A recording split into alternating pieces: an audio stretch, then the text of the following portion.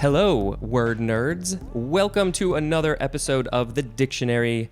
This is the podcast that we just talk about stuff. I am really fucking excited to announce that I have Karen O'Leary on this podcast. Holy shit. This is an explicit episode because for reasons you will find out soon enough. So Karen, hi. How are you?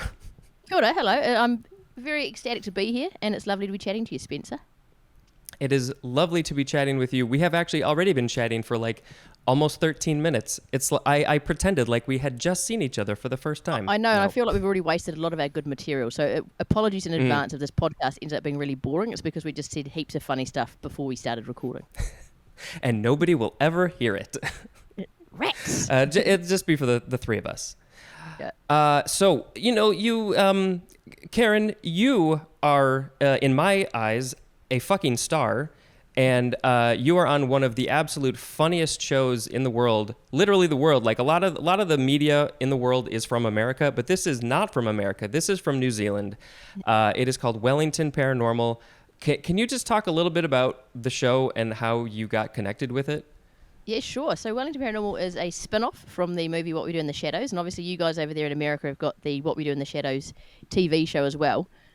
So I was a teacher, and one of the parents at my early childhood centre came along to me one day and said, these two guys are making a movie, they need a cop, Karen, you should try out. And I said, no fucking way.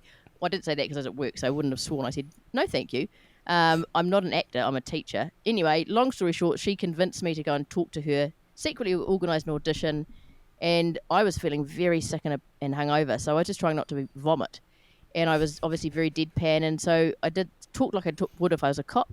And the next day, Tina Cleary said, yeah, Taika and Jermaine loved you, you're in the movie. And I was like, what? In a movie? Oh, God, I don't know how to do that. And then after the movie came out, lo and behold, a year or so later, someone rang me, this man, Paul Yates, who I had never met, said, hello, we're thinking of maybe making a spin-off show of just the cops. Would you like to be in a TV show? I said, sure, I could be in a TV show, thinking I can't be in a TV show. And then it's all sort of spiraled out of control from there, but in a very positive and good way. How many times do you think you have told that story? Oh, twice. To the power of 50. I know I've got it a lot shorter. It used to be a lot longer. We'd have been here all day. That I used to tell it with a lot more passion and enthusiasm. Now I'm just like, yeah. So then that happened, and then I was on a TV show. No, but it's still through it. I feel very fortunate for the whole situation is quite absurd in a way, but it's led me to a whole new sort of chapter of my whole life. Actually, it's quite profound, and I feel very fortunate. Yeah. It's pretty amazing that your friend just came to you and was like, hey, try out for this thing. And then it exploded. That's the really short version.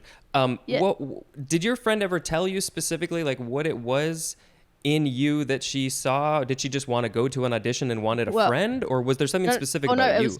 Tina Cleary was the casting director. So that's her job. So she does all of the casting for Taika Waititi's films. So she'd done the casting for Boy and for some of the other popular Hunt for the Wilder People. So she's a casting director. She just happened to be a parent at my work. So she just obviously saw something. I don't know what it was. She said to me, I've seen you being a cop with the kids. You're really good at it. And I was like, that's me telling the kids not to ride their bikes like maniacs. I'm not acting. But then I realized actually that early childhood teaching, it kind of is like a big act all of the time. And children are the most imaginative, creative people out there. They can switch roles at the drop of a hat. So it kind of is almost a really good training ground for being very creative if you're an early childhood teacher. Who's that at the door creaking the door, Spencer, in the middle of our podcast? I can hear that. It's very unprofessional. Very unprofessional. Yeah, Sharon's just been finishing up before she goes to get ready. Okay, She'll, great, eventually there will be a real big door slam. No, I'll she look wouldn't forward do to that. it. Yeah.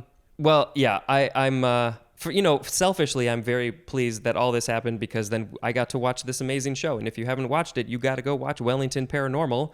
Please and thank you. Yeah, you should. And, HBO Max and CW. What's the other one? CW. Well, there is the CW. Is Wellington Paranormal on the CW? Maybe. Yeah, I definitely know Max. HBO Max. Yeah, for sure. That's and it's a great show. It's on in 65 countries around the world. Apparently, I'm massive in Mozambique. Who'd have thought? If you want to be massive somewhere, I think Mozambique is the place to do it. I've always secretly wanted to be, Yeah. Yeah.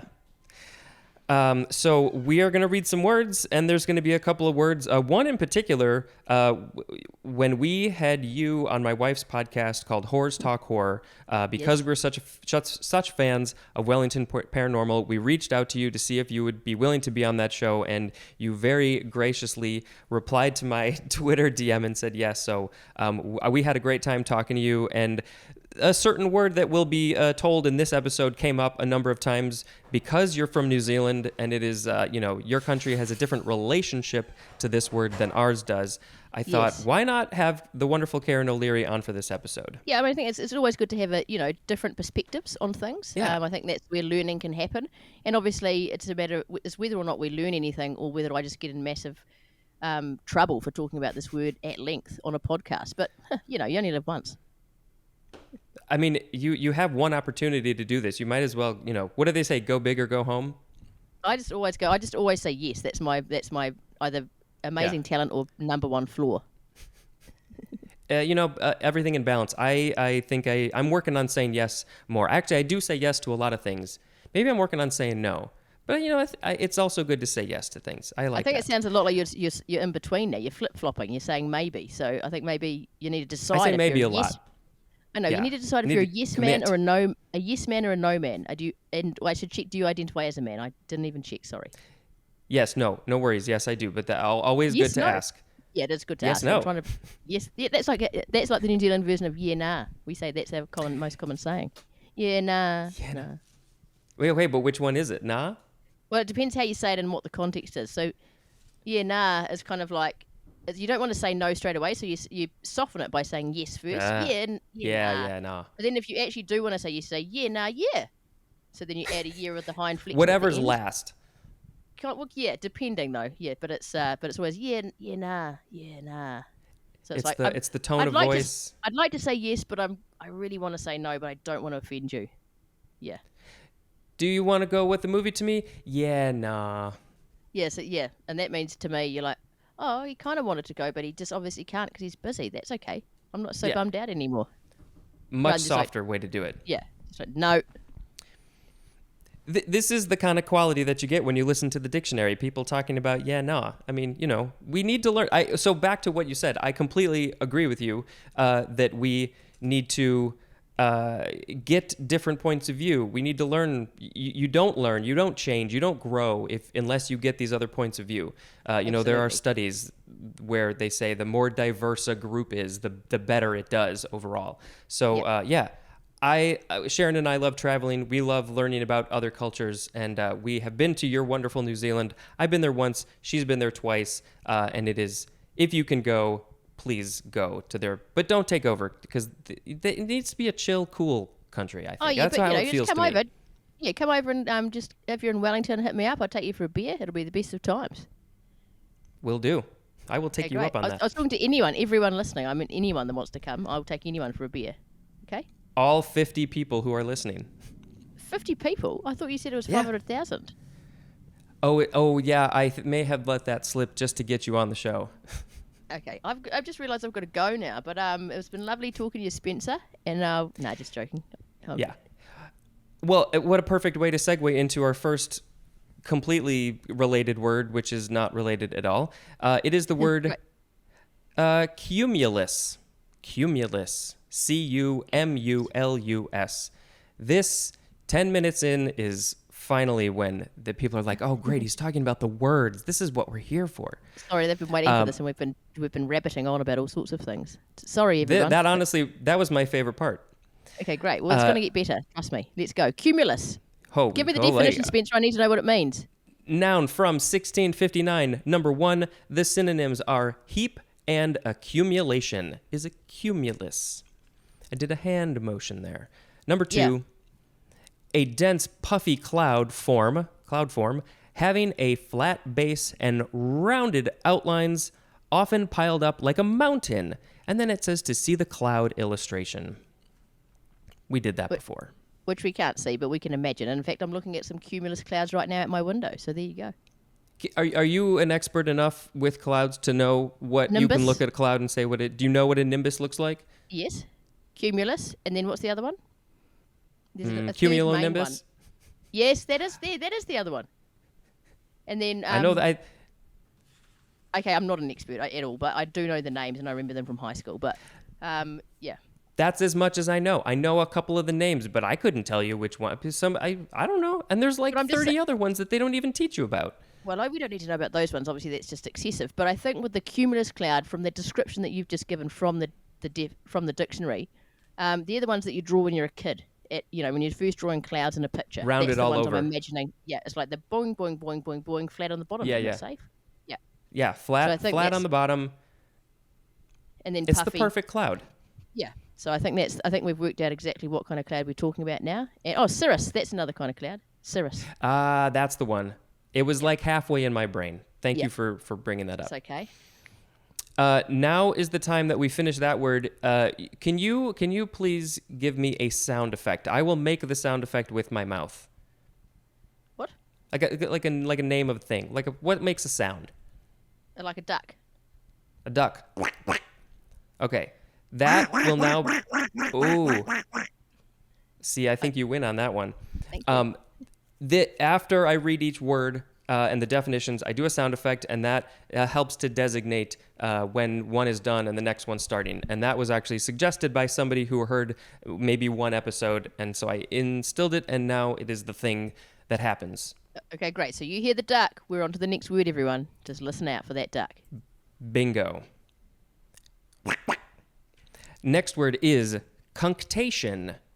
Cunctation, noun from 1585. The synonym is just delay. I've been cunctated. You were cunctated coming here, actually, because you had an audition. Yeah, I do apologise for my cunctation. I did have an urgent audition that I had to do, but I'm happy that you were happy that I was cunctated, and you were okay to wait for me. So that's I really appreciate that. Yeah. And if you hadn't been cunctated, then I wouldn't have been able to have something to talk about for this word cunctation, because I didn't know what to say. Well, I've done the research, Spencer. I'd looked at all the words, I've learnt them. I've done heaps and heaps of research. So I purposely lied about having an audition just so that I was cunctated. That's not actually true, but it makes for a better score. Well, the word that you just said, cunctative, that is the adjective form of that. Sharon, that's my wife's name. Karen, see, it's easy to mix that up. It's very similar, yeah. Similar, very similar. But lost my place in my brain. Adjective. The etymology says it is from cunctari, the Latin cunctari, which means to hesitate. And sometimes if you hesitate, you just forget. Akin to the Sanskrit sankate, that means he wavers, and then also the Old English hangyan, which means to hang. So hesitating, wavering, hanging, and that becomes delay. So it's kind of like if you're a little bit like cautious, if you're cautious, you might miss out on an opportunity. Is that what it's trying to say? Or that just you're going to lose your train of thought? See, I lose my train of thought all the time, as we've already seen. Yeah. Maybe that was meant to be. That's it. It's just delaying. Cunctation. I don't think I will use this in my day-to-day life because I won't even know how to use it. Well, that's fair enough, but it's got quite an interesting sounding word, cunctation. Yeah. I've always been a fan of those. Cunctation. I found sound very fancy saying cunctation. Yeah. I'm going to try and use it today. Let me know how that goes. Can you tweet out I'll do a tweet what it is that you said? Use cunctation today in general conversation. People looked at me like I was an idiot. Probably. That'll probably be the gist of it. That's exactly what would happen to me if I did that. What, Spencer? What's wrong with you? Okay. Can you? I think we'll go back and forth with this duck sound. Does that sound good? Yeah. Because I do really like my duck sound. So you just let me know. You point at me and I'll sound like a duck. That's probably very accurate because I think that they do quack. If they're going to quack, they're not going to quack once. They're going to quack a lot. Like if they're going to say something, they're going to say something all the way. I'm an enthusiastic duck. Karen and the Enthusiastic Ducks. There's a book there, surely. Yeah. Sounds like a band, and maybe to me. Okay, I've already got a band. What's the band called? My band's called Fun and Funner. And Why are you laughing? It's a really serious band. No, it's a really cool band with my best friend Tom Watson, and it's music for children, but it's music for children that adults can actually listen to without wanting to poke themselves in the eye with a compass. So it's That is really cool. exactly how kids' music should be. Well, check it out on Spotify, everyone. The 50 people that have got kids, check it out. It's fun and funner on Spotify. Listen now. Thank you. I am definitely going to listen. I'm a fan of kids' music. Like, They Might Be Giants. They have kids' music. I don't know if you listen to their stuff, but their stuff is also kids' music that adults want to listen to, and it worked perfectly for them because all of their fans were adults by that point. Yeah, well, But we this is still love it. Well, this is one of my number one songs. Is called "Gay Blades," which is it's pretty hard rock. I've got a song about poo and the wharepaku, which is the Māori word for toilet in New Zealand. So it's teaching kids where to go for a shit. So it's educational, but also fun. Anyway, Just we like this digress. podcast.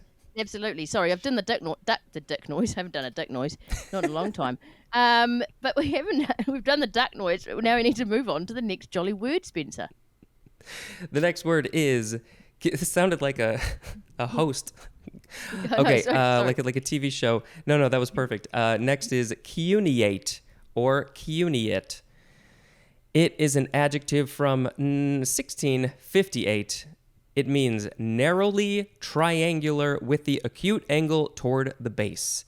And then it says to see the leaf illustration. So this must be mostly with leaves. Narrowly, it's like a triangle, but it's a very narrow triangle. And the angle near the base of the stem is acute, not obtuse. And then this is from the Latin cuneus, which means wedge. So yeah, it's kind of wedge shaped. It's kind of like a little triangle leaf that you just find on a tree. Might have fallen onto the ground. Have you Yep. seen many? What is it again? Cuneate. Cuneate. Cuneate. Have you got many cuneate leaves in Chicago? I don't think so. I think most of our leaves are on the wider side. We got elms and oaks. Yeah, I was going to say, I think the American leaves tend to be bigger, kind of like most things that I've experienced in America. You like things to be big, Whereas New Zealand, we've got some very small leaves over here, tiny. Can hardly see them. I'm sure we have something, but I just can't think of any. Next time I'm on a walk. I was just on a walk before we did this record. I should have been looking. I don't know why. I should have been looking at the leaves to see if I saw any that were cuneate. Well, we'll both do that, and then we can send each other a photo, and whoever finds a cuneate leaf first was the winner. What do we win? Doesn't matter. We win the trophy of being the winner. That's all I need. That's me too. Just the knowledge of that. Next is cuneiform or cuneiform.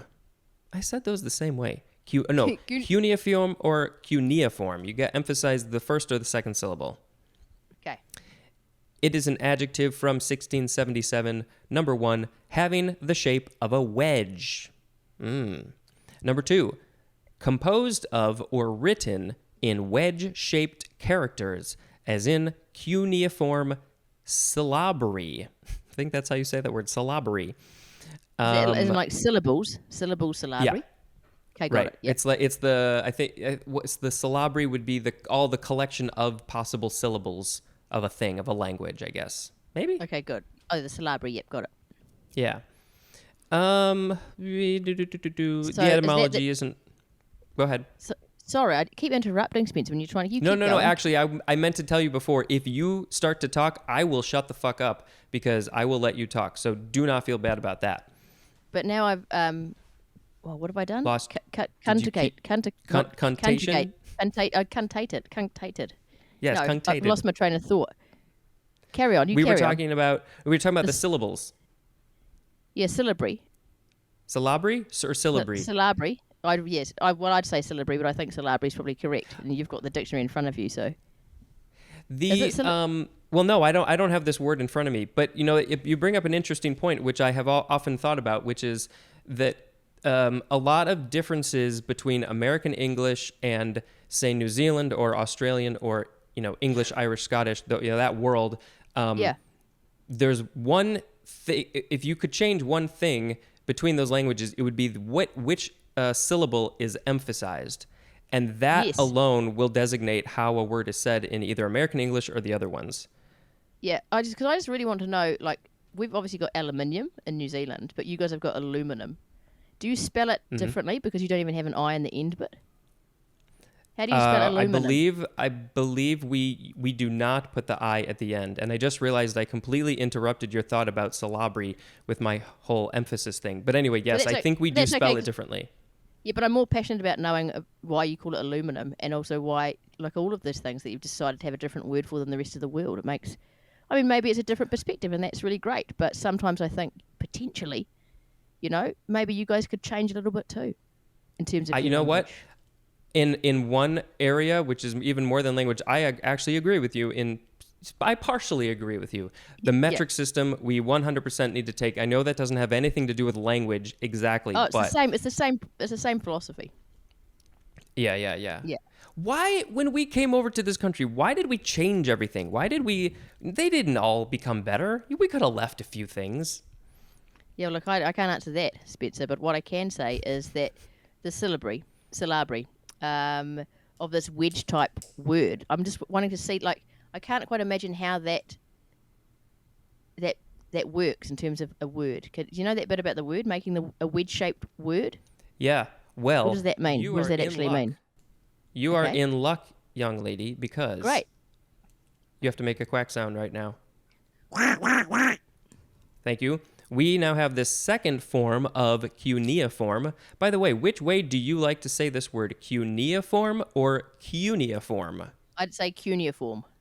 Cuneiform. Yeah. That's actually how I think I would have said it too. A cuneiform. Yeah. Okay, glad we got that out of the Yeah. way. So we have the second form. It is a noun from 1808. Number 1 is a cuneiform part. So a part of a cuneiform. Oh, this word. Yeah. Specifically, a cuneiform bone or cartilage. So a bone or Yeah. cartilage in your body could be shaped like that. I can imagine that. Okay. You Yeah. too? Great. Yes, indeed. I'm there. Number 2 is cuneiform writing. And I have heard of this, but I've never known what it was. Luckily for us, there is a little picture. I don't know if you have the picture in front of you that I sent you, but Oh, certainly not. I should have, but I don't. I'm very no, disorganized. totally fine. This is perfect. I will auditorily describe this to you, which will be Great. actually incredibly difficult.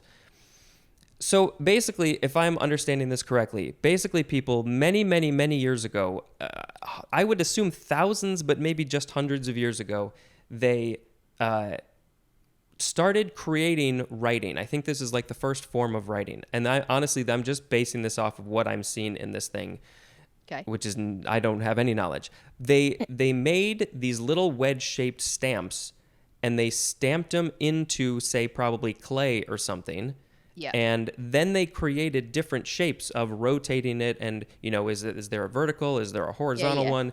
And each of those different shapes then mean a different syllable or a word, possibly. So I right. think.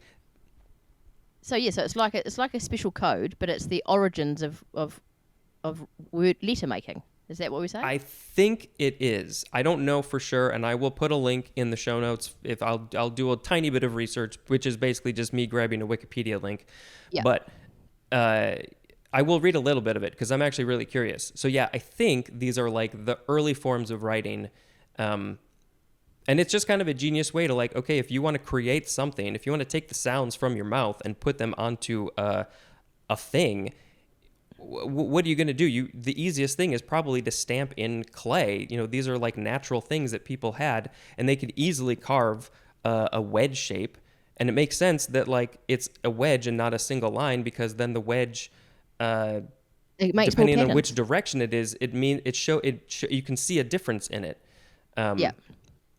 I just think it's a really clever thing that somebody came up with, or probably a lot of people came up with. So yeah, I want to learn more about cuneiform. Yes, do, and I can't wait to hear all about it. It was my turn to be the duck then, Spencer. But no, I thought you did it last time. Okay, I can point to you. No, it's all right. No, now I've embarrassed myself. You're right. It was your turn. I don't know. I can't remember now. So many words to think about. You know what the great thing about this is that you can rewind it. It's actually being recorded, so we can prove later. It doesn't matter.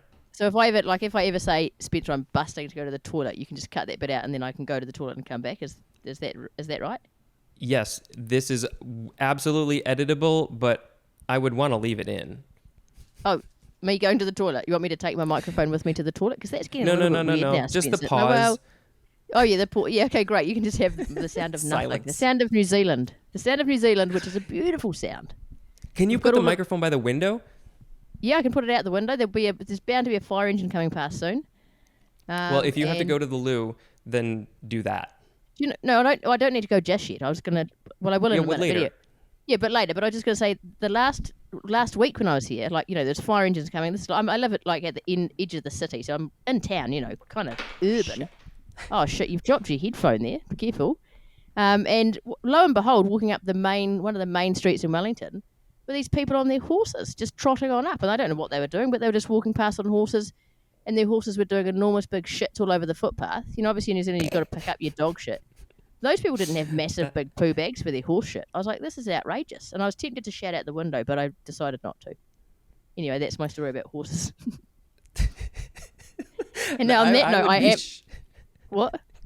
Go ahead. On that note, I am going to the toilet. Now I've made it sound like I'm going for a shit. I'm just going for a wee. Goodbye, and I'll be back. Wait, can you put the microphone by the window, possibly? Shall I? Yeah, but no. No, only if it's like super easy. Don't put any effort into it. My window's not open. Oh no, then don't worry about it. Don't worry about it. I'll cut it out. Mate, look. Okay, just make some New Zealand sounds. It's like 3 cars and like 1 person. That's pretty much it. All right, I'll listen closely.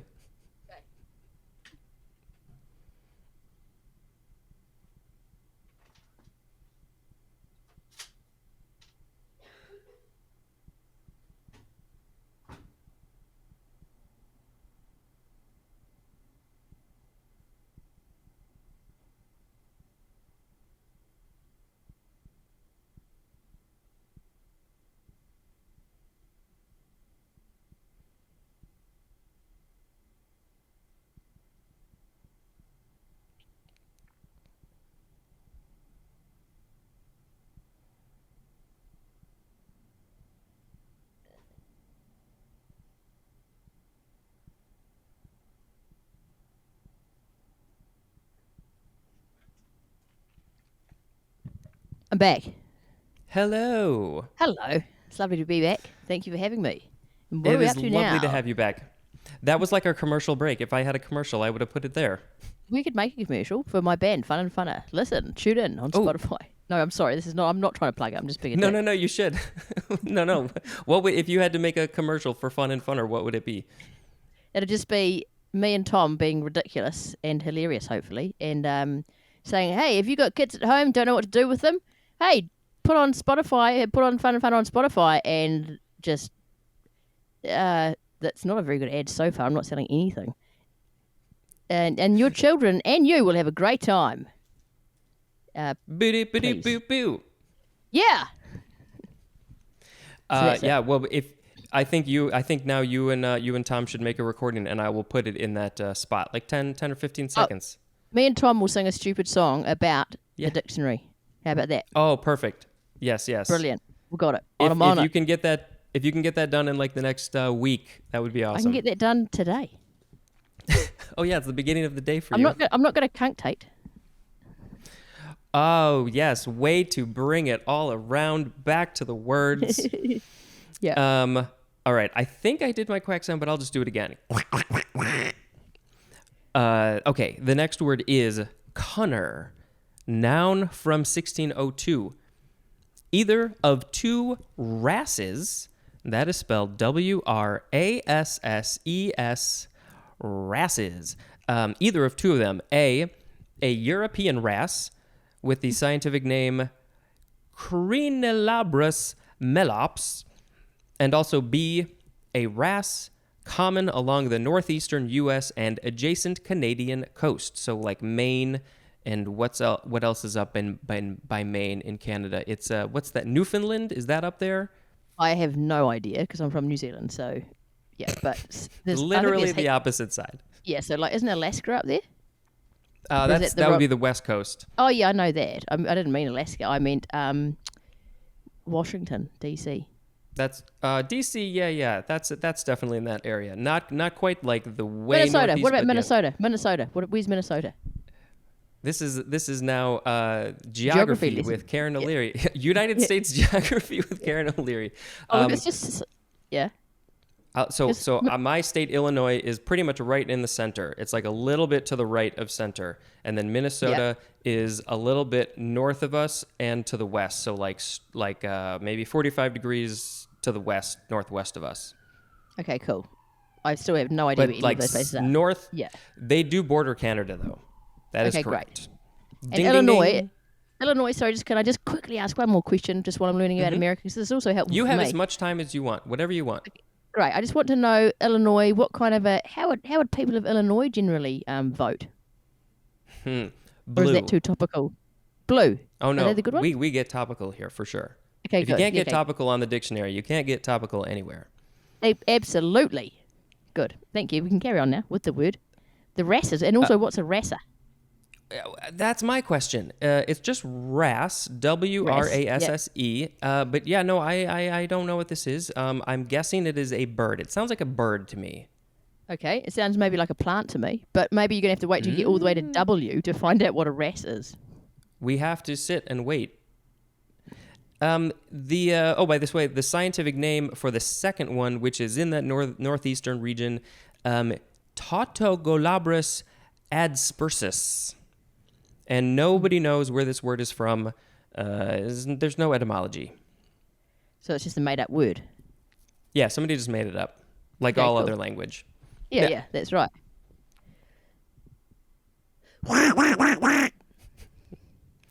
The next word. Thank you, Duck. The next Welcome. word is...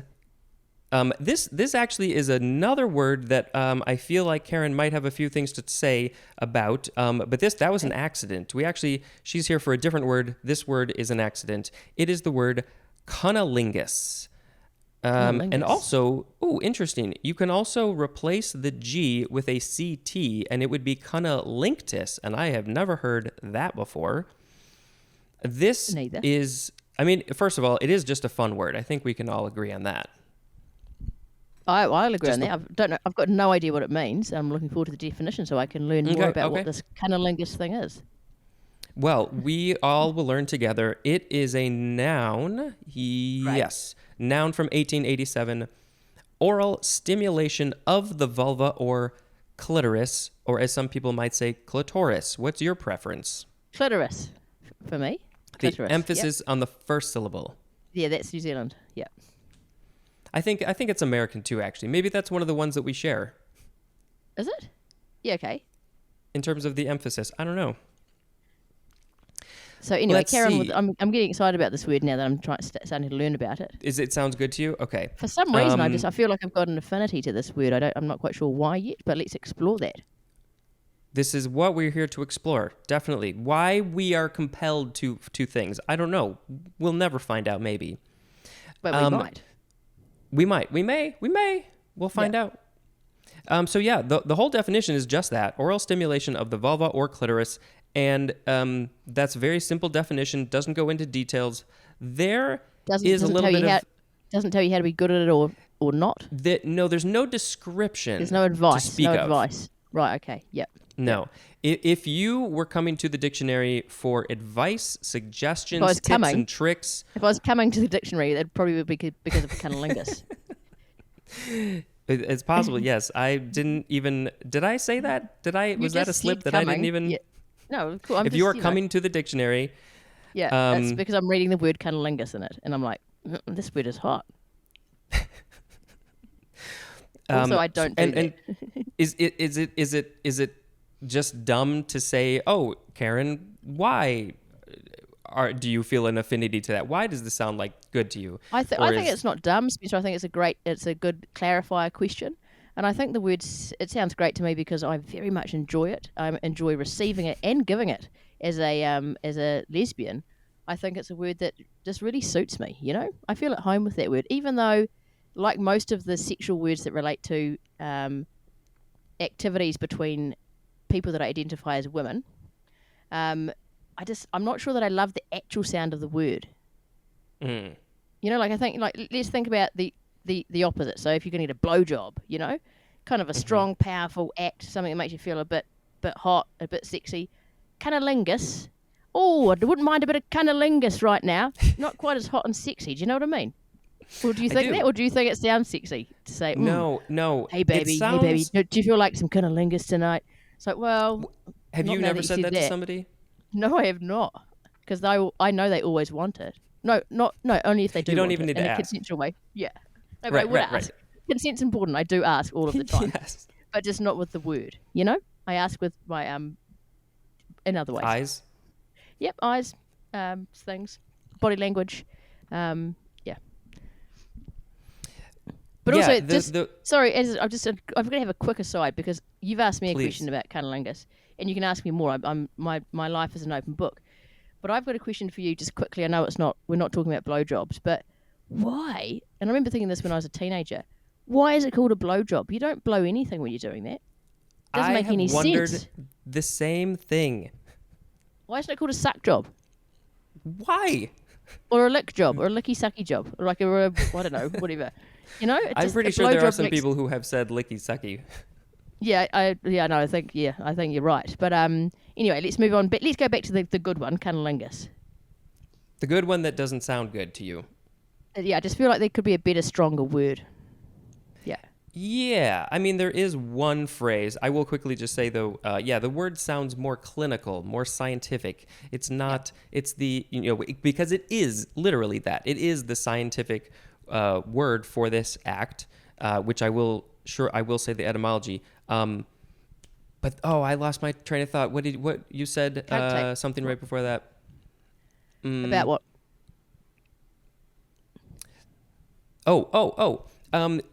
There is another phrase, similar to blowjob. There is another phrase for this. Yes, cunnilingus, yes. Right. What would you say if you had to use, the more like quote unquote derogatory way to say it, or the more slang? What would you call that even? I don't know if it'd be derogatory. The common way. If I was going to talk about it in conversation, as I often do, I'd say, "Oh yeah, I'm definitely going to go down on her." That's what I would say. There are definitely different ways to say that. I mean, obviously, some people say eat them out, but I find that a little bit. It's like I'm not eating anything. I'm just having a really nice time. It's not. I'm not going to take part of what's down there and consume it, and then digest it. That's not what's happening. Okay, so again, that doesn't sound enjoyable to anybody. No, I'm going to eat you out. It's like, well, you're not really. You're just going to go and lick my clit. So make your mind up. Yeah. So I think going down on, that's kind of nice, and I think then, and also that could be used for anyone. You can go down on anyone, right? Whether it's gender sucky, neutral, blowy. Yeah. And I think we need more of that in the world at the moment. Yeah, I think that's a good phrase. Do you enjoy the Aerosmith song? What is it? Down in the elevator? Oh, now I can't even. Oh, what's the Aerosmith song? Is it about cunnilingus? Oh, love. I think it's Love in an Elevator. That's what it is. Oh yeah. And what's that about? There was a whole part in that about going down. Oh, I've never. I just listen to the tunes of songs. I hardly ever listen to the lyrics. So now I'm going to listen to that with a whole new, fresh pair of ears. Yeah. I pretty much never listen to the lyrics of songs until like 10 years later. And I'm like, oh, that's what it's about.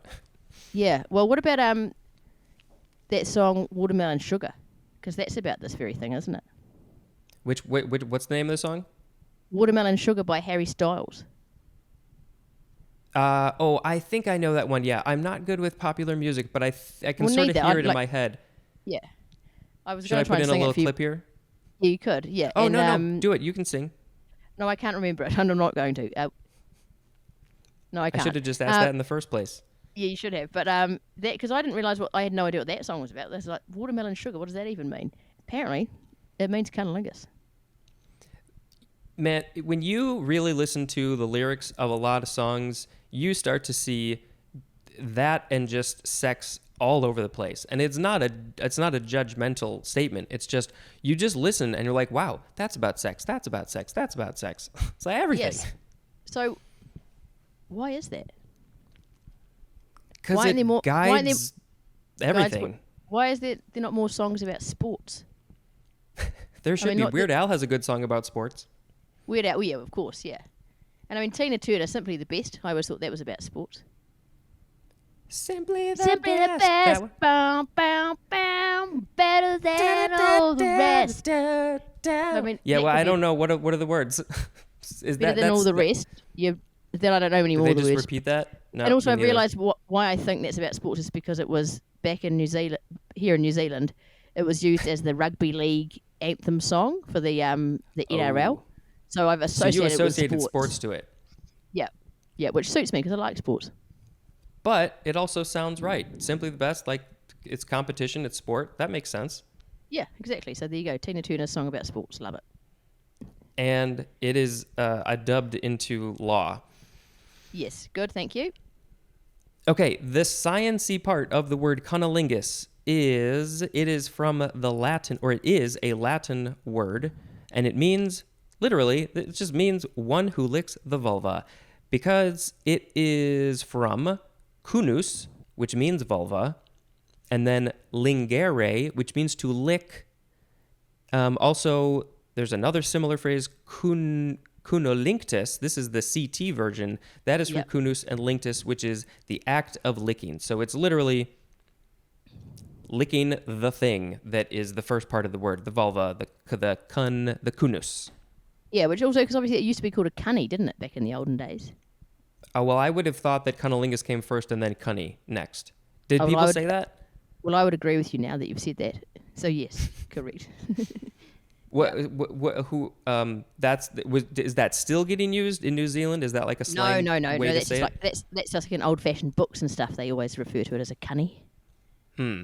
Yeah, It's like when you order chips, you have some chippies. yeah. We have chippies. Yeah, we don't have Yeah, because otherwise you're gonna get hot chips. If you want chippies, you want the cold ones in a packet. those are chippies. Yeah, they're chippies. Yeah, and it And was then also chips like are fries. chips are chips. Yeah, hot chips, potatoes cooked in fat, and then I just don't even get me started on candy. I just don't even understand that as a concept. It's like it's either lollies or it's chocolate. You need to know which. You can't just have some big umbrella Mm. term for all of those sweets. Yeah, that's true. That's true. Yeah, I've kind of felt that too. Chocolate. If I say candy, I'm thinking more of like a sweet hard candy, Yeah, like a lolly. and then chocolate. Yeah, like a lolly. Because I definitely Yeah, have said lolly before in my life. I've yeah. said Well, I've it. just I am. yeah. My delightful 10-year-old son has started refusing to call them lollies and calling it candy, and I've had to say to him, look, mate, if you're going to keep calling it candy, you're not going to get any. Okay, so you say lolly, say what it is. Otherwise, none for you. You're gonna speak in a New Zealand household. You're gonna speak New Zealand. That sounds very authoritarian and horrible and not very open to inclusion. So I'm going to change my tact on that, and he can call it whatever he wants to call it. Thank you very much, Spencer. I've learnt a lot today. And I also like that with the fact that we're talking about cunnilingus, and alongside that, we're talking about my son eating candy. I'm not quite sure how that happened, but it's who knows? Maybe it's a good This thing. this is the way the world goes. Yeah. You know, you never know what's gonna come up. Like Hey, this can we next still? word. What, Oh, hang on. I just you still have talking more? about. I'm still talking about Oh, cunnilingus. Yeah. Well, because I'm you passionate can about it. talk as long as you want. I think maybe as a woman who enjoys spending time with other women, cunnilingus obviously is a no-brainer in terms of one of the really hot, great things you can do. But I've Mm. also heard rumours that maybe for some people that are in straight relationships, that cunnilingus isn't like a big thing all of the time. I mean, can you speak to that? And if Can not, I why not? verify? Well, you've only got one perspective and one mouth, but Yeah, I guess yeah, that you know of. No. okay, yeah, That was a really weird thing for me to say. yeah. So yeah, I obviously cannot speak for all people, but I do agree, or I have just based on what I know about people, at least Americans, I agree. I think it is. I see it as something that is probably not emphasized as much as it should be.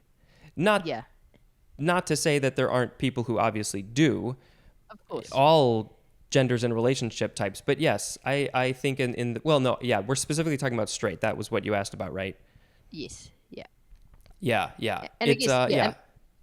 I guess it is a minefield because you don't know whether it's because it's something that's done to someone that identifies as female, whether that means it's had to take a back seat because that's just how the nature of the patriarchy and how things like that work. So it's a very complex issue, and I feel like if we start getting into it, we're going to be here all day, which would be fun. But also, I don't feel like I know quite enough to make a solid statement about the rationale behind that. No, but I don't think there's really a lot to that other than exactly what you said. I mean, it's a pretty clear statement, and I think it is absolutely true that yes, everything, especially in America, is run by a patriarchy, and that has not only a patriarchy but a white patriarchy nonetheless, Yes. and that has completely affected how this country is for generations upon generations.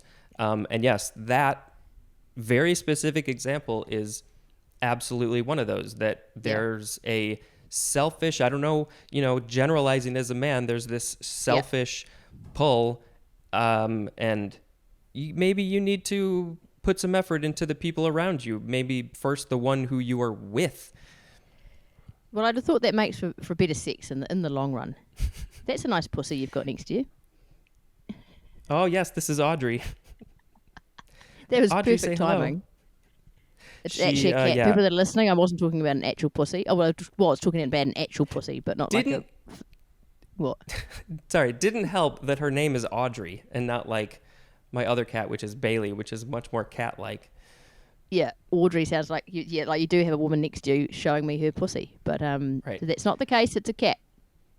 And we can prove that because there's video. There's video, exactly. What were we talking about? Yes, well, we're talking about the nature of America and the patriarchy and all that kind of stuff. Some big issues. And I'm just excited for you guys that I'm excited that you're going back to like the 1950s and are going to stop women from doing whatever they want to do with their bodies. I mean, I think that shows a lot of foresight. Really, really good.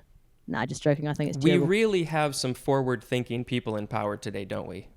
Here in America. Yeah. Well, look, you guys are just going to try to get rid of all those old white men. Get rid of them. That is the goal, right? As a white Yep. man who's middle-aged, I agree, get rid of all the old white men. And I don't mean get rid of like you from the planet. I would just mean just have the enlightened ones. I'd be okay have with the that thinkers. too. Yeah. Have the feminists. The feminist white men, great. Love it. I hope to, hopefully, not because I want to stay alive necessarily, but because I don't want to follow all of that old stuff. That's not who I am. No. Well, that's good, Spencer. I'm very, very pleased to hear that. Otherwise, I wouldn't be on this podcast. I would like to think you'll keep me along when you all take over. Oh, I don't think we're not really necessarily about taking over, because then we'd be acting like men potentially. We're about how can we collaborate with a diverse range of people to ensure that inclusion and difference is seen as of absolute value. That's what I'd do. Yeah. That was a test. You passed. Thank you. You're going to say failed then, but I passed. I failed. Yeah. Yeah. Right. All right. Will, do you have anything else to say about cunnilingus? No, I don't think so. I think it's a fantastic pastime. Like I said, the word itself, I think, could be jazzed up a little bit. We could think of it, a better way to say it. But the word itself, I mean, like you say, it's very literal. It makes the definition is true to what it is. So you can't argue with that. And maybe I could just try and make the word cunnilingus cool. I mean, I think the beginning of that is right now, for sure. Yes. Which do you like better? I don't know if I asked you this, cunnilingus or cunnilingus. Did I ask you that? You didn't ask me, but I think I would obviously go for what I know, which is the nature of how people act anyway. So I would prefer cunnilingus. And also there's a cough medicine in New Zealand called G's Linctus. And so as soon as you said Linctus, it just reminded me of cough medicine. And I don't really like to think about doing cunnilingus and coughing. I think that's a bad combination. So I'm going to stick with the lingus. But if you prefer the sound Linctus, then by all means use it. Embrace it. Love it. That one is more almost literal sounding. Link. I don't know. That's just where my brain goes with that one. Yeah. But yeah, no, I agree. Cunnilingus is probably the better word. The one last thing I will say about it is I've just loved the joke. It's not even a joke. It's just wordplay of cunning linguist. I assume you've probably heard that. Yes, indeed. It's genius. It is genius. It's a beautiful pairing of words. And I will probably never be a cunning linguist, even though I'm reading the whole dictionary. I'm going to forget 99% of these words. But maybe I'm not going to go there. Okay. So I believe it is quack time, and I think it might be your quack time. Okay. Do you have ducks that live near you? No.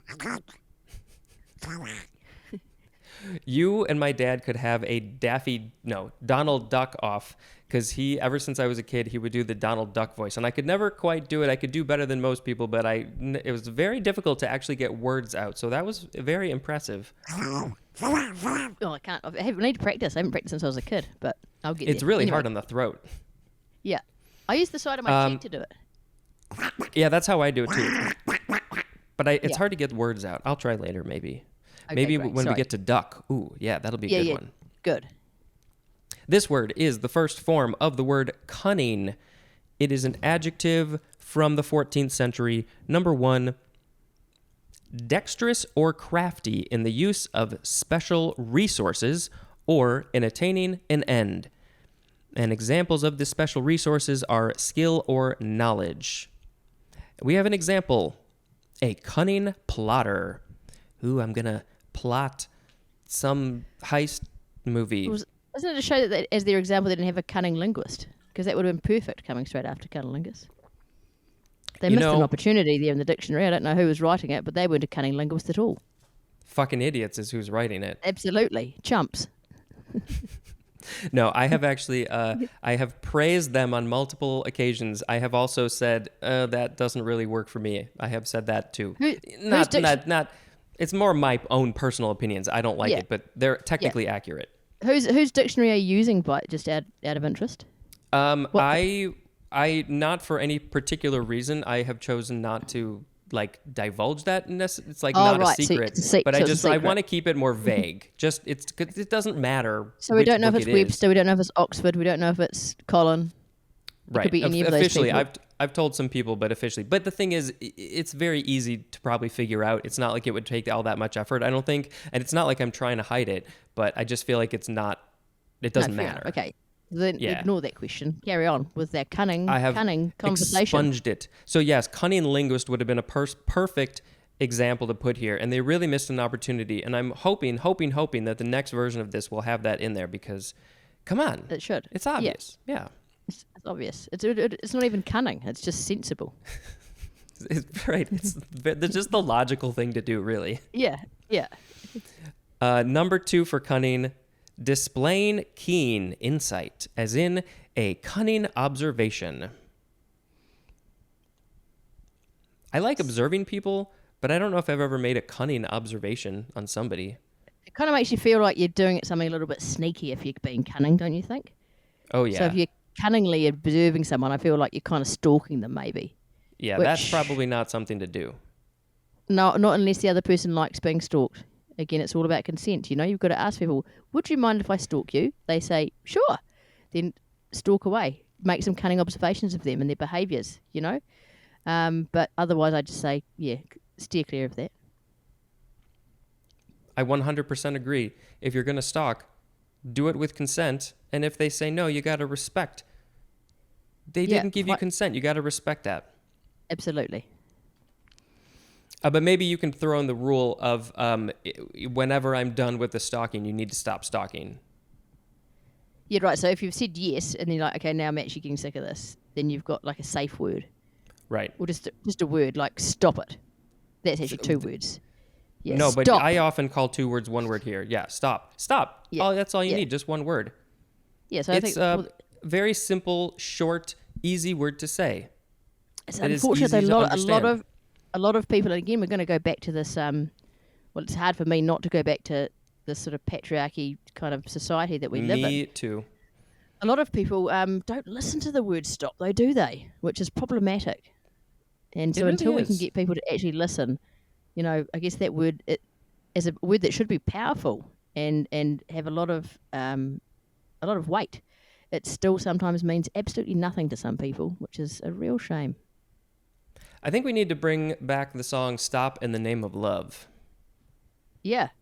I don't know the lyrics. I mean, as you people now know, Stop neither in one of the us listens to the name of lyrics. love But I before got you those. break my heart. That was it. Before you break my heart. Yeah, yeah. Think it Well, over. yeah. And also, it's like before you break my anything, my arm, break my confidence, break my security. I don't know. Yeah, we'll do a rewrite. Literally any of that. Me and Tom will do a rewrite of that song as well and send it on through. Oh, yeah. Okay. We're I gonna be can't busy. wait.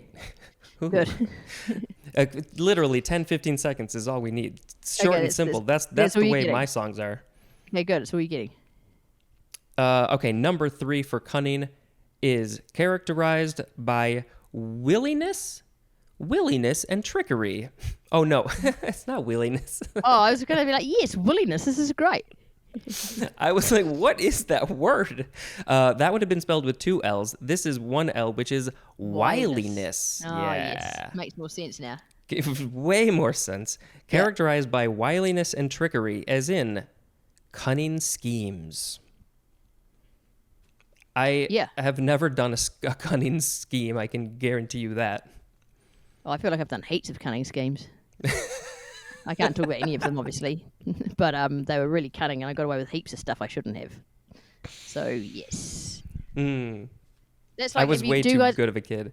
As an American, did you ever watch Blackadder? Probably not. Oh, okay. So my friend had some of their tapes, and like VHS cassette tapes, and I think we may have watched one.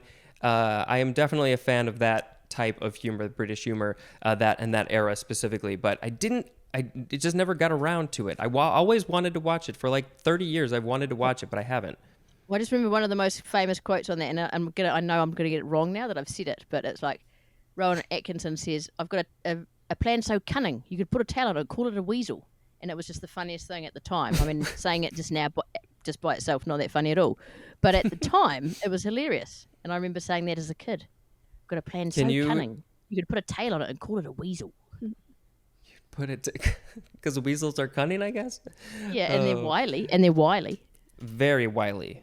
Almost like the coyote. Yeah, like in Roadrunner. Yeah. But to be fair, in Roadrunner, the Roadrunner bird was the one that was doing all the cunning schemes and being like a total bastard to the coyote. Yeah. The Roadrunner is way more clever than the coyote. Yeah, it just was toying with him. I felt sorry for Wiley. I think the Roadrunner was the true villain. The villain, yeah, that's the word I was looking for. And the coyote is the victim. Yeah, absolutely. It was an abusive relationship, and I feel really sad for that coyote that it couldn't get out of that. You know, he was stuck in a time loop of just death. Maybe. Yeah. Oh, we just watched a movie like that. Okay, well, look, this is getting deep, and also we're not talking about cunning, but we are. We're talking about the coyote in Roadrunner. Yeah, that they are the most cunning. Yeah. Okay, number 4, we're still talking about cunning. Prettily appealing. Prettily appealing. Something that is appealing and it is pretty. Prettily appealing. As the synonym is cute. Okay. And then the example, a cunning, cute kitten. Well, I never would have thought that cunning could be a synonym for cute. I would not have said that either, but what I will say is the example, a cunning little kitten. I personally, if I read that, which I just did, I would think that in my brain, the way I'm interpreting it is that the kittens are very cute, but they also have shockingly sharp claws and are not afraid to use them at all. So I think it's more like a scheming little kitten. That's how I think of it. Cats are notoriously selfish and just just mischievous. So I think you're right there. So cunning in terms of a kitten, appropriate, kind of cute, but also probably going to scratch your face off. Prettily appealing. It's how that pulls you in because it's so pretty and cute, but then it gets you with its claws. Not that kittens do that consciously necessarily, but they do eventually, for sure. They probably do it when they're little too. A synonym for the word cunning is clever and sly. Cunningly is an adverb. And this is just from no, I don't understand that. I'm going to make a quack quack sound. Okay. We have the second form of cunning. It is a noun from the 14th century. Number 1 is obsolete, and 1A, the synonyms are knowledge and learning. Cunning, knowledge, learning. 1B is magic art. 2, dexterous skill and subtlety. And the examples of that would be as in inventing, devising, or executing. Dexterous skill or subtlety. You are showing your cunning when you are inventing, devising, or executing. All right. As in the example, high-ribbed vault with perfect cunning framed. This doesn't even sound like a sentence to me. That's a quote from William Wordsworth. He's not his worth in words with that phrase. It's really out of context, so it's really breaking my brain. Ribbed? No. High-ribbed vault with perfect cunning framed. I don't know. Maybe it's just I'm a dumb framed? American. Yeah, with an look, ED at the end. Well, no, I'm on your side with this one, Spencer. That's ridiculous. Wordsworth doesn't even know anything about words. Nope. It was an ironic name. Number 3 for cunning, the synonyms are craft and slyness. Oh, I wish I had cunning, though. No, I don't. Well, I think cunning can be okay. I feel like you... To an extent. Yeah. What extent would that be? Well, sometimes it's good to be cunning and sly when you're just going like behind the backs of people that are doing bad things. Like you can use a bit of cunning and sly to achieve something positive and good, but you have to be cunning to get to that point. And I don't have an issue with that. I feel like that's clever. But if you're cunning to good people, then that makes you a baddie. So it's just about where you use your cunning. So you use your cunning to affect positive change, or you use your cunning to be a bastard.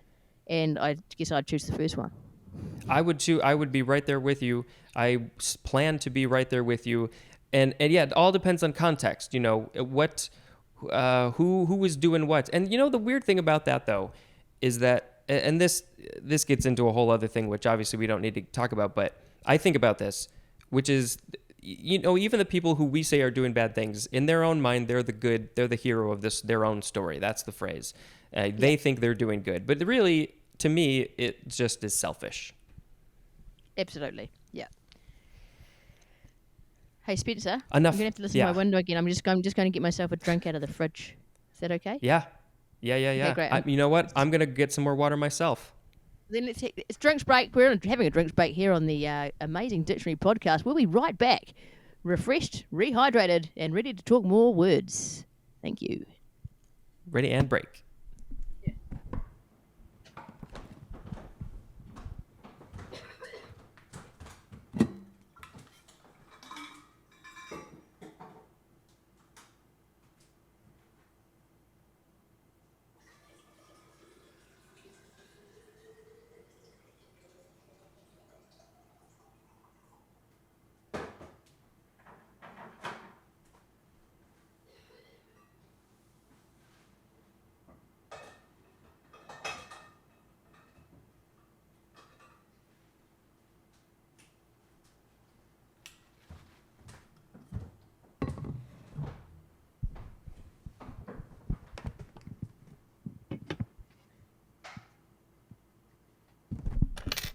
It was fantastic timing.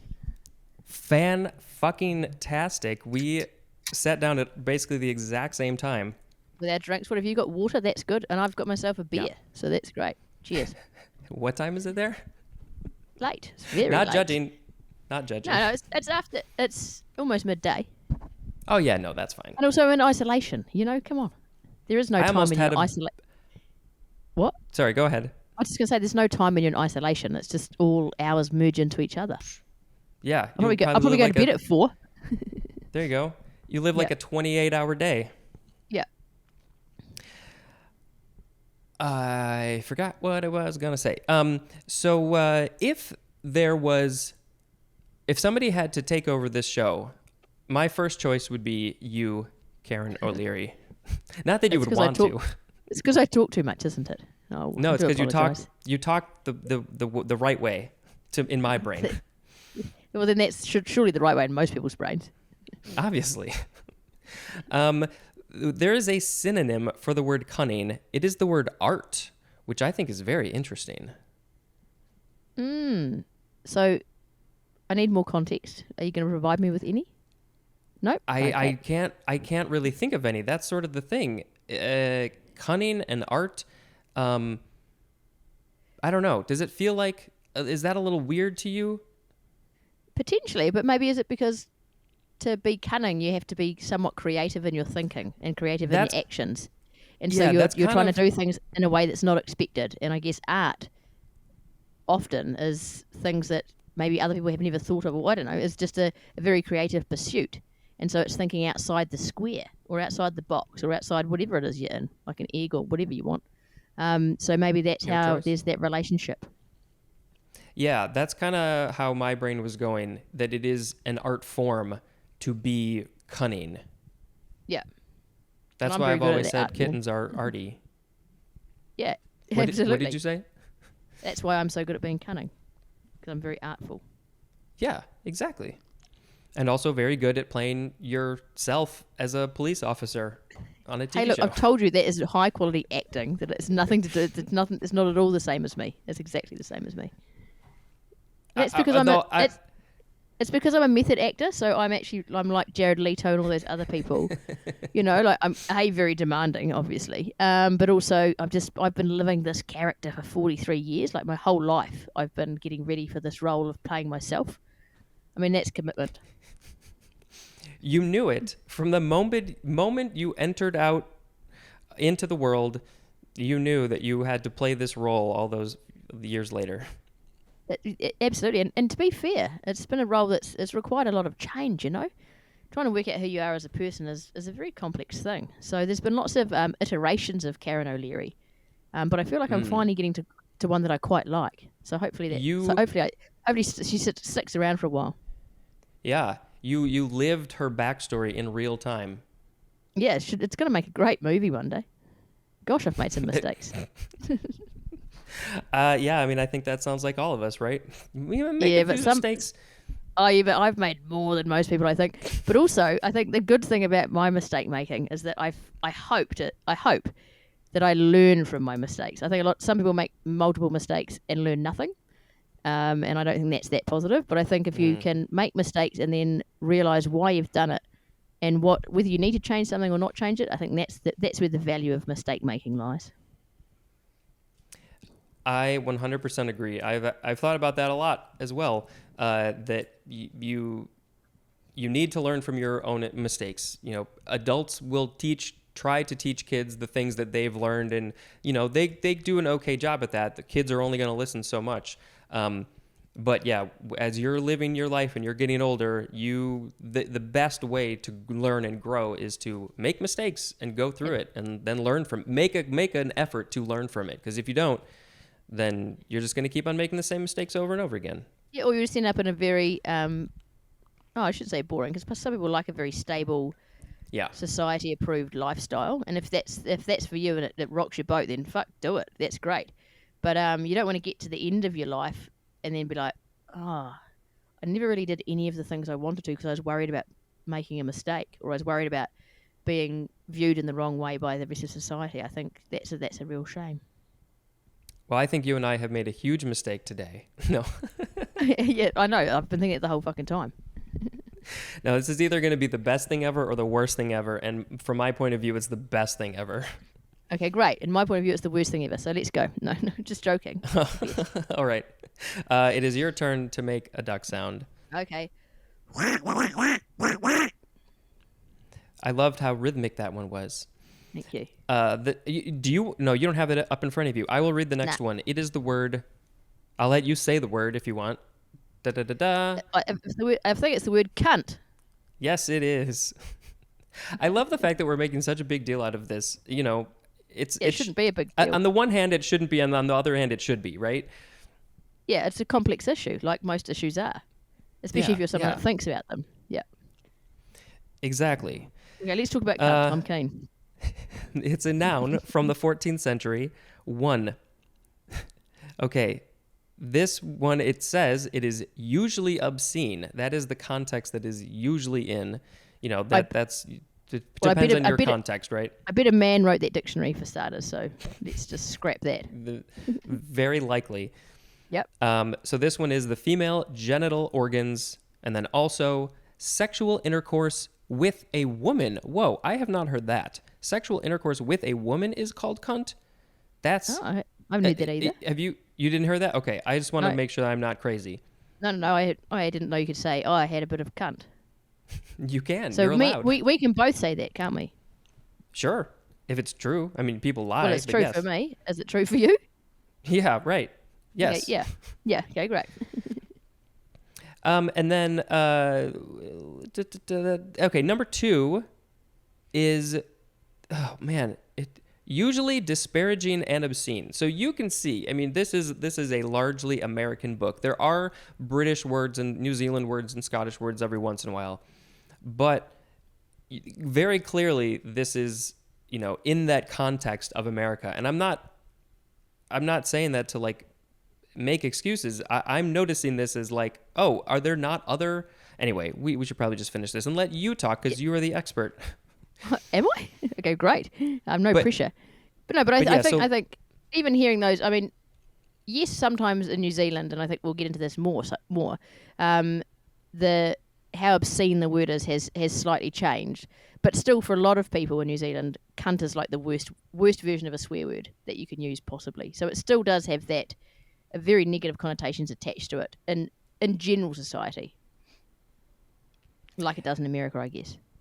Yeah, but it's is it less so in America? In New Zealand, it seems like it's a little bit maybe more accepted than I than think, in and America. also now it's also been turned into like it can be a term of endearment almost, that you say, oh, such a good cunt, So that's making a positive use of that word rather than just seeing it as a very naughty swear word. So it's now being turned into such a good cunt.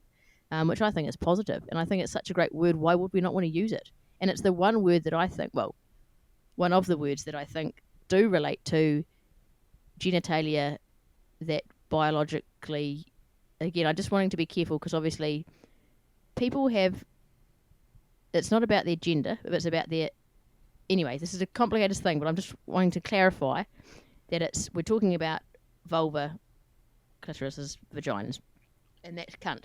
The lady parts, as they say.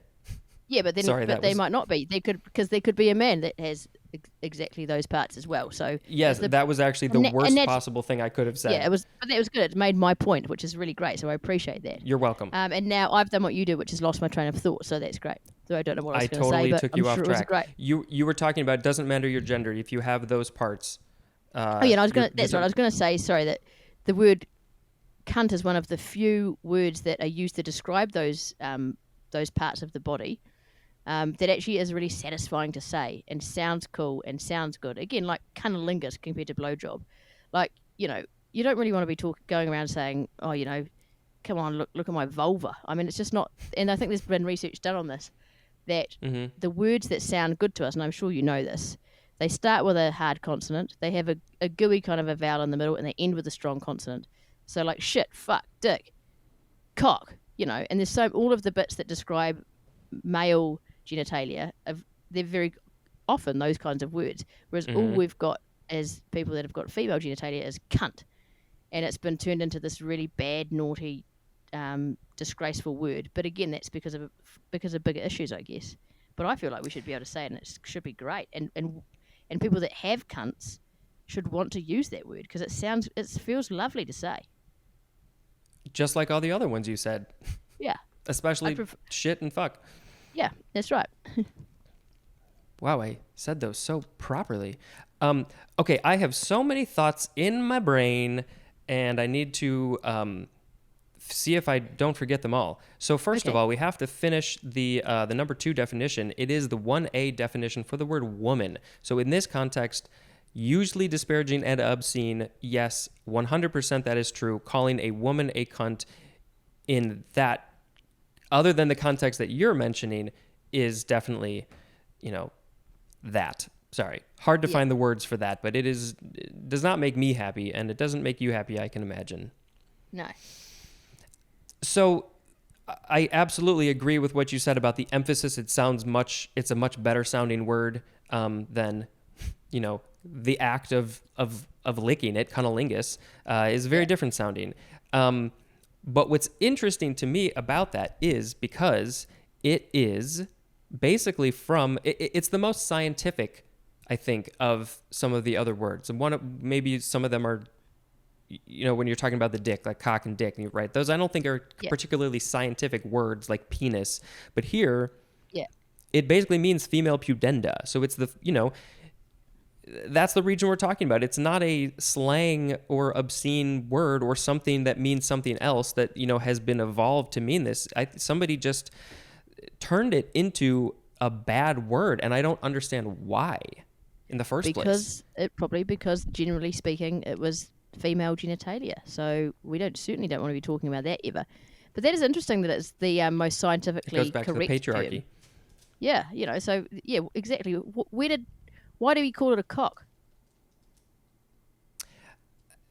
Oh, I don't remember off the top of my head. Or a dick. Wait, where did dick come from? Dick and cock. Right.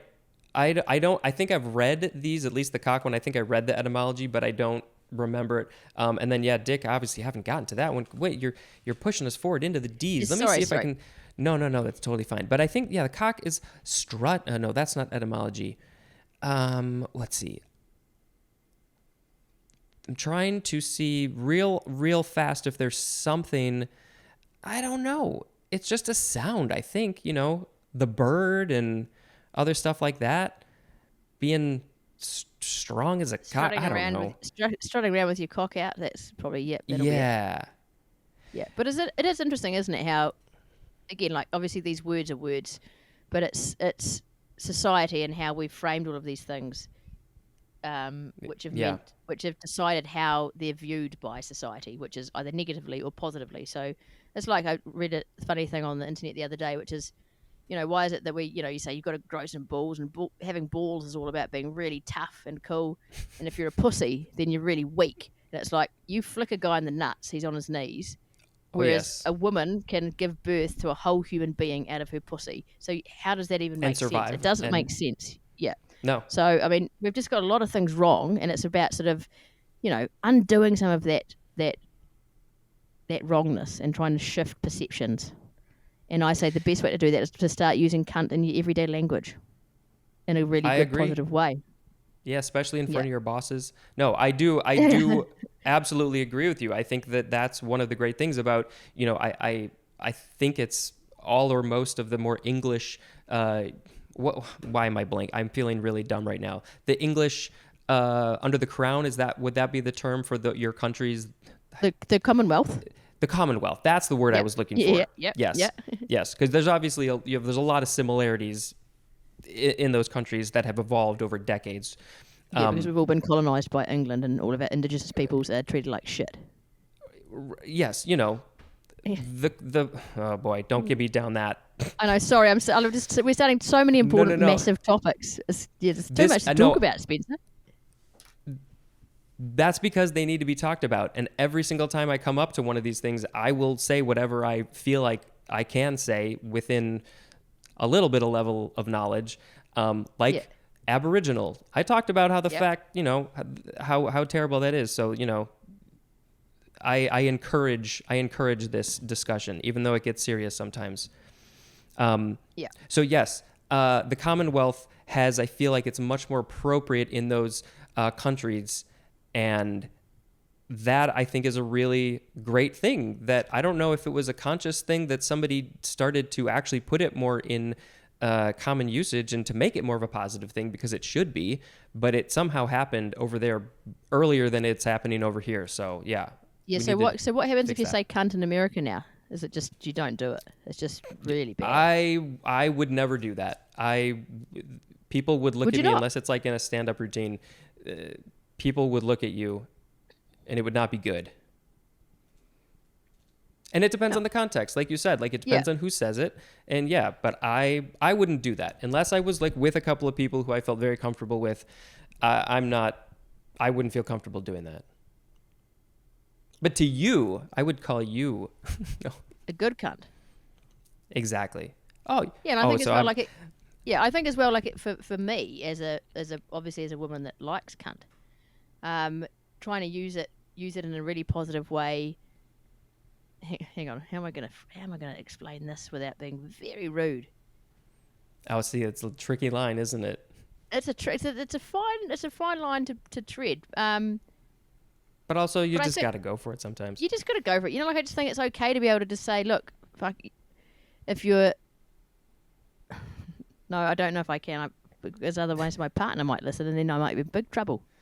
Oh, yeah, we don't want that. No, but I just mean like you can use it in a positive way in a sexual environment, and I think that can be really hot and attractive and appealing.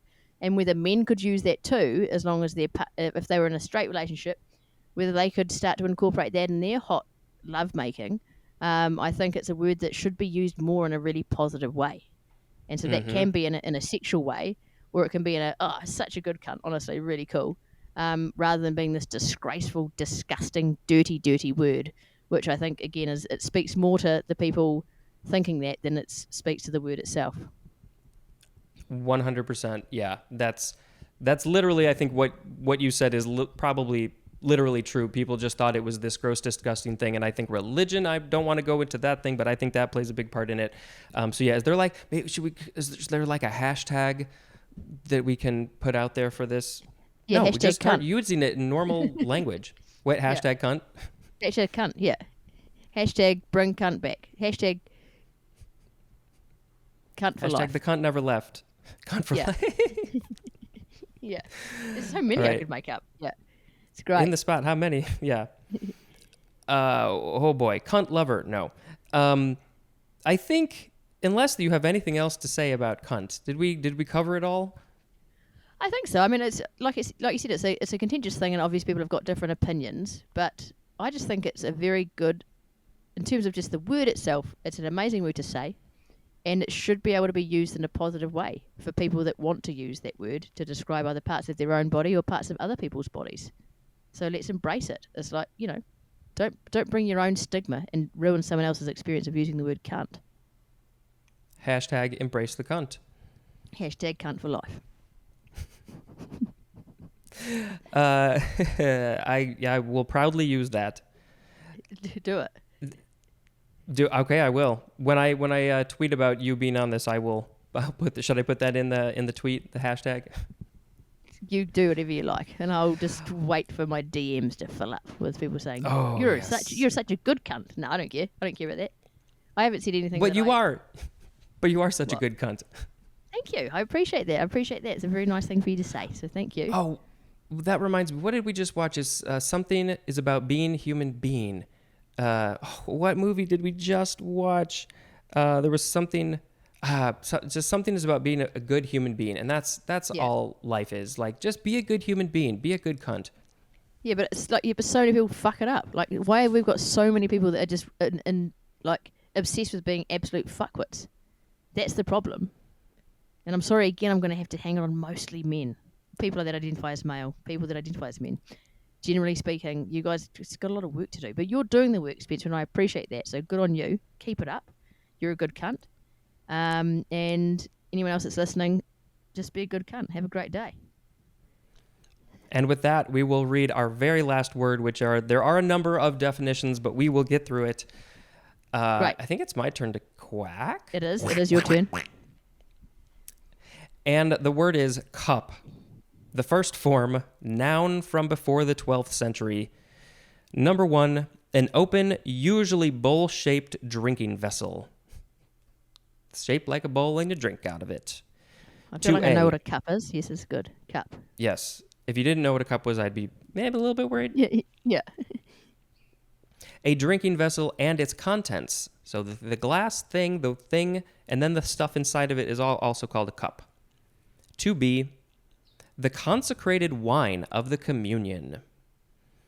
Number 3, something that falls to one's lot. Something that falls to, is like if it comes into your life, is that your cup? Is that what it means? Don't know. I don't either. Number 4, ornamental cup offered as a prize. And this is talking about a championship. So, Oh yeah, sports. Sports. yeah.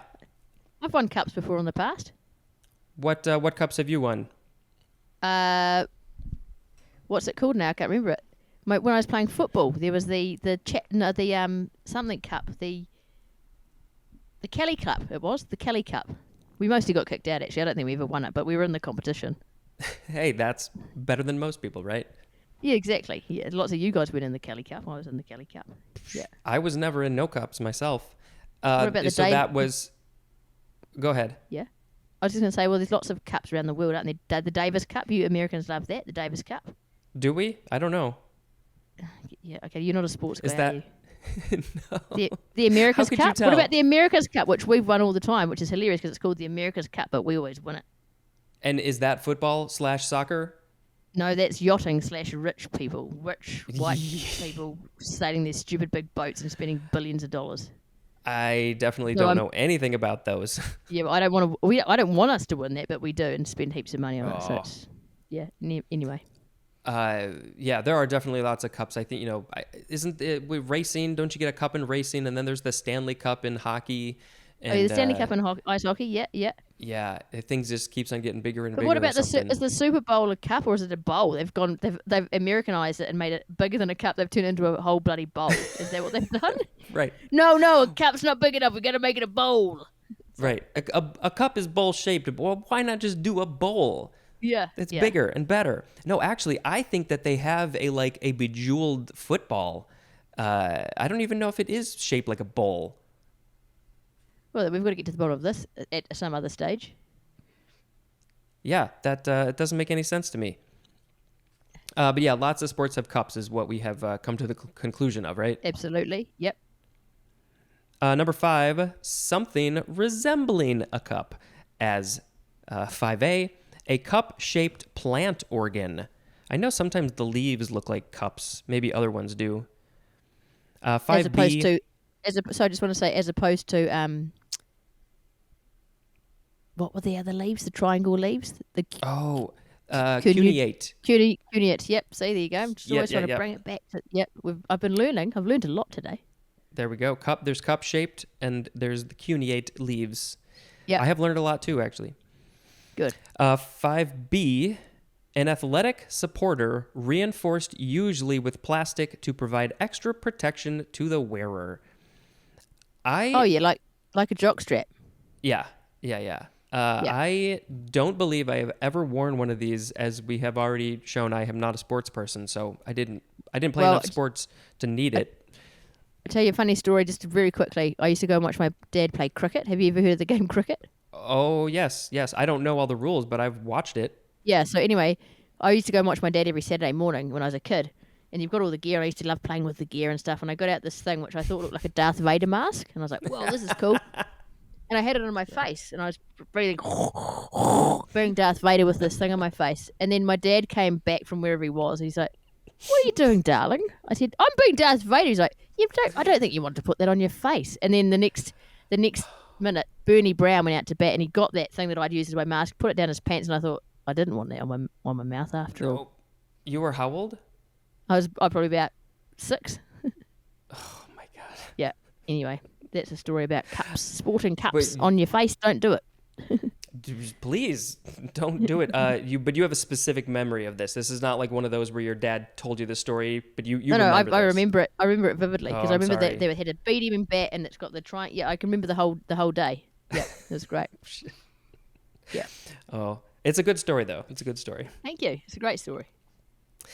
Yeah. So cups. Yep. Nope. That's it. That's yeah. cups. Never. I don't think I'll ever wear a cup because I don't think I'm gonna play any more sports. But why don't you Okay, just try one on for fun? You might enjoy it. That is a good point. I can't deny that is good logic, because I have not tried it. So if I find Maybe- myself at a sports goods store, Yeah, but you don't want to buy one because that seems a bit wasteful and excessive. And you also right? Because probably if I don't don't want like to it, I'm gonna toss it. Yeah, you don't want to borrow one because that's a bit. Is that? Would you find that weird borrowing someone else's cup? I would very much find that weird. Yeah, no, I wouldn't do it. I know lots of people who probably would, but I wouldn't. Nah, that's a very fair enough. private thing. You want to keep it. That's your thing.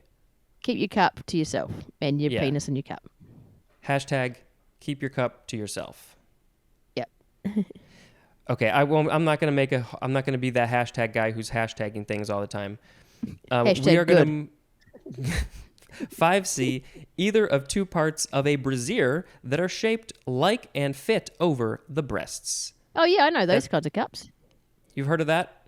Yes, absolutely. It's. Did you- I think it's good that everybody can have a chance to wear a cup. Yes, they're not just for dicks. They're also for tits, which I think is great. And yeah. Also, can I do one more really quick plug right now while I'm talking to you? Yes. There's an amazing film coming out. It's called Nude Tuesday. Yes. I don't know if you've heard about it. And in that film, there are no cups used whatsoever. In fact, there is complete and utter nudity. And for some incredibly ridiculous reason, I'm in that movie. So make of that what you will. Yeah. I will make of it what I will, because I will absolutely be watching that movie whenever I can get it in America, because it might not be right away. I But think I just learned it's coming to Tribeca. to where? Tribeca? The Tribeca Film Festival? Yeah, but that's just a film festival. That's not like open to the masses. Or, Yeah, but then it'll open up. It'll open soon enough. Only special people can go see that there. But yeah, eventually I will see it. I just learned about it within the last few days, and I was like, yes. I watched the trailer, which I don't usually watch trailers, and I was absolutely, I'm ready to watch that movie. Okay, good. Sorry, again, I've sidetracked with talking to you. No, that was myself. perfect. I do apologise. It was in relation to bra cups. Bra cups, wear them or don't wear them, whatever tickles your fancy. Right. Don't follow society. Just do whatever you want to do. Yeah. All right. 5D, the metal case inside a hole in golf, and then also just the hole itself is called the cup. That's true. That is true. The Number Ryder's 6. Cup. Yep. I was going to say what? Ryder's Cup. The Ryder's Cup is a sporting cup that would utilise a golfing cup. I'm just trying to bring all the cups together. You see, and if you're that's only men. You might, as a man, you might be wearing a cup, so they can have 3 cups in one go. You sure can. Yep. Okay. How Sorry. many Carry more? on. And then if you're wearing a bra, you got more. Yeah, if you happen to someone that likes to wear a bra, then yeah, that's right. Number 6, a usually iced beverage resembling punch, but served from a pitcher rather than a bowl. They call that cup? Huh. Well, I never knew that, but okay. Yeah, that's new to me too. I mean, I have a cup, but that's weird. Number 7, a half pint or 8 fluid ounces. When I need to learn how to convert my my measuring cups and spoons, I go straight to the dictionary and I look up the word. That's the most efficient way to do it. Oh yeah, because a cup And I is read through 8 definitions. Oh yeah, because a cup is 250 mils. So is that what 8 fluid ounces is? It's very close. It's not exact, but it's very close. Yeah. Yeah. I think. Yeah. Okay, number 8. A food served in a cup-shaped, usually footed vessel, as in a fruit cup. Very nice. Yeah. Breakfast. Number 9. The symbol, which looks like a U, and then indicating the union of 2 sets. So this symbol that indicates the union of 2 sets, and then compare that to the number 7 definition for the word cap. That's probably used in math and science. Yeah, probably. The etymology just says it's from the Latin cupa, which means tub, and there's more at the word hive. So those were all the words. What an amazing bunch of words, some great words. And they stimulated a whole lot of great conversation, too. Well, I hope so. So I will now quickly read the words, and then you get to pick a word of the episode. We had cumulus, cunctation, cuneate, cuneiform, cunner, cunnilingus, cunning, cunt, and cup. Well, there can only be one winner, and the cup today is going to go to cunt. Very nicely done. Thank you. Pulling it all together. Yes. I know that you're a musical. Oh, I forgot to ask you before. What do you do in the band? Fun and Funner. I write the songs, and I sing, and I play the guitar. Okay, perfect. Can you sing a little song about cunt? Or would you like to write a song later about cunt? I can send you through a little track about cunt. Cunt. Runt. No, runt. I need some better words that rhyme with cunt. Some good ones. No, leave it with me, and I'll do it today. Promise you. Okay, sounds good. And so then instead of her singing something live for the song, for the word of the episode, I'll just put in the clip here. Did you want me to sing it live? You can. That's usually what I do, but if you don't want to, you don't have to. Okay, well, shall I get my guitar? No, if you want, you can just say like 3 words or 1 word, or that's literally all I'll do sometimes. Okay, well then, it's just a this song. is how the song goes. Something that you want every day is a cunt in every way. Go on down, not with a frown, have a cunt in your day. Yay! Yay! There you go. I'm applauding with the one hand. Here, I can clap that way Hey, well, with one hand. I can't do that. It's not that hard, but I can't, people don't. No. I've tried to describe it and it doesn't work. No. But yes, that song was pretty fucking amazing, and thank you for that. And then if you want to turn it into a whole bigger song with instruments and stuff, I'll put in the clip. I will. I'll totally do that for sure. Do you remember what you said? No, but that's all right. Well, I'll make a new one. I'll make a new one. It'll be fine. You can never sing about cunts too much. Like there could be multiple songs about that. Can it be a kid song too? Maybe not. Maybe that'll be on our adults only album. Yeah. Are you working on that album? We've had lots of ideas because Tom and I tend to go to the studio and have a few beers, and then we start singing, make up ridiculous songs, and a lot of them are very adult themed / completely inappropriate. Yeah. But from all of our ramblings and made up bullshit, there's like little nuggets of things you're like, that could work for a children's song. So you pull that out, and then the rest of it you just leave to laugh at when you listen back to it. Yeah. That'll be the adult song later, or the adult album. Absolutely. That's a really good way to work, and I want to come do that with you. That's like literally all I want to do with my life is just do stuff like that. That sounds awesome. Then come on over. See when you get here, Spencer. We'll be here. Yeah, we'll go make some stupid music together, but also very educational. Well, I've got a studio. Me and Tom have got a studio. You can come and we can do some recording. He's very good at recording. Oh, and we're using his extra shout out to Tom because we're using his interface unit. That's a piece of technology for those who don't know. And it's the only reason I can talk through this great microphone and feel like I'm like a movie star or a rock star or a person on a podcast with a microphone. All 3 of those are true. Yes.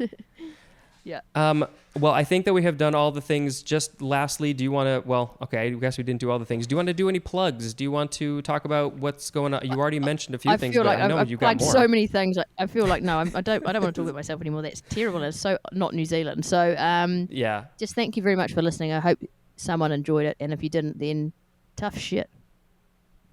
That's how I feel too.